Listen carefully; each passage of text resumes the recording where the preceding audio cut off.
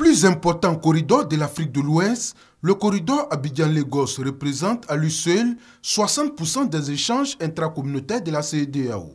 Il faut donc faire en sorte que la libre circulation des personnes et des biens sur cet axe routier soit une réalité pour le bénéfice de l'économie nationale et pour l'intégration sous-régionale.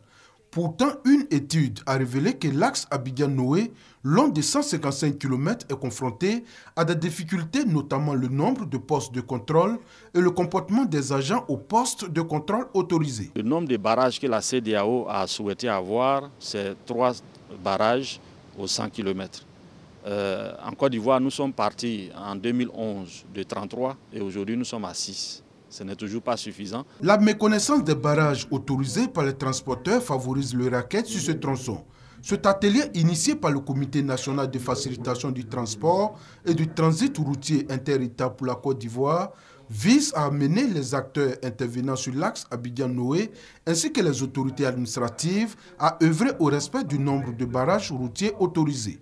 Les acteurs du secteur du transport ne font pas la différence entre un poste d'observation, un poste de sécurité et un poste de contrôle. Et à chaque fois qu'ils voient des corps habillés, ils s'arrêtent. Les acteurs du transport se réjouissent de cet atelier qui leur permet désormais de savoir la conduite à tenir. Nous nous sommes rendus compte que les chiffres sont assez signifiants. Cela a un effet néfaste, non seulement sur la vie des entreprises de transport, mais aussi et surtout sur l'économie ivoirienne. Je crois qu'il y a un satisfecit qu'il ne faut pas ignorer, mais beaucoup reste à faire. L'étude réalisée révèle que les rackets sur les routes représentent une somme globale annuelle estimée entre 95 et 150 milliards de francs CFA, dont 17 à 25 milliards de francs CFA dans la seule agglomération d'Abidjan.